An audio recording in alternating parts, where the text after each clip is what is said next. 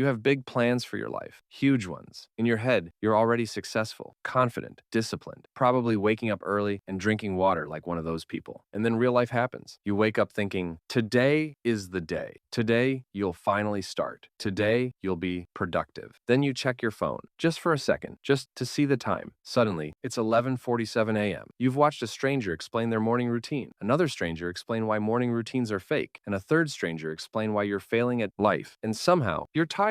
By the afternoon, you tell yourself you'll start after lunch. After lunch, you feel heavy, emotionally, spiritually, digestively. So you promise yourself tomorrow will be different. At night, motivation magically appears. You plan everything in your head like a movie montage. Then, tomorrow comes, and motivation does not. If this feels painfully familiar, congratulations, you're not broken. You're just human. This isn't about laziness. If you were lazy, you wouldn't feel exhausted from doing absolutely nothing. What's actually happening is a quiet argument inside your brain. One part of you wants growth, big goals, progress, meaning. The other part of you wants comfort, safety, familiarity, zero effort. And that second part, it's been winning. Not because you're weak, but because your brain is designed to avoid discomfort. Your brain sees effort and goes, this feels risky. What if we fail? What if we're embarrassed? What if we just don't? So it offers you a deal. How about scrolling instead? No stress, no risk, tiny dopamine, very safe. And every time you choose comfort, your brain learns avoiding hard things feels good. This isn't laziness. This is your brain trying to protect you like an overdramatic bodyguard. The problem is, it's protecting you from short-term discomfort by stealing your long-term happiness. Another thing sneaking around in your life is perfectionism. Perfectionism isn't high standards. Perfectionism is fear wearing a nice outfit. It says, don't start yet. You're not ready. Wait until the plan is perfect. Wait until you feel confident. Ready never shows up. Perfect never arrives. And while you're waiting, life keeps moving.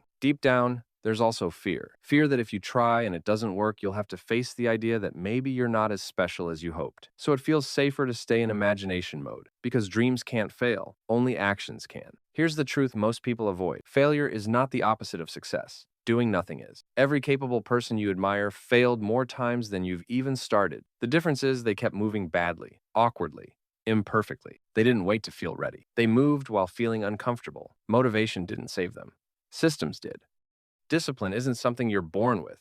It's something you practice in tiny, boring moments. And no, this doesn't mean changing your whole life tomorrow. That's just perfectionism trying to stay in control. Start embarrassingly small. 15 minutes, one paragraph, one task so small your brain doesn't notice it's happening until it's too late. Discipline feels awful at first. Your brain will complain. It will negotiate. It will suggest literally anything else. Ignore it. Not aggressively, calmly. Sit down. Do the thing. Stop when the time is up. Repeat tomorrow. It won't become easy, but it will become quieter. The resistance fades when your brain learns you're not in danger. Also, your environment matters more than your willpower. If your phone is nearby, you'll touch it. If your space is chaotic, your focus will be too. This isn't a motivation problem. It's a design problem. Successful people don't have superhero discipline. They just make distractions inconvenient. Put your phone in another room. Clean your desk. Set one protected time for focused work. Remove choices. Less decisions equals more energy. One more uncomfortable truth. Consuming content feels productive, but it's often avoidance. You don't need another video. You already know what to do. Learning feels safe. Doing feels risky. Choose risky. You will mess up. You will skip days. You will dramatically think, I've ruined everything. You haven't. Progress isn't clean. It's messy, inconsistent, and human. Stop attacking yourself. Guilt doesn't build discipline. Self-compassion does. You're not lazy. That's not who you are. Lazy is just a pattern you've been stuck in,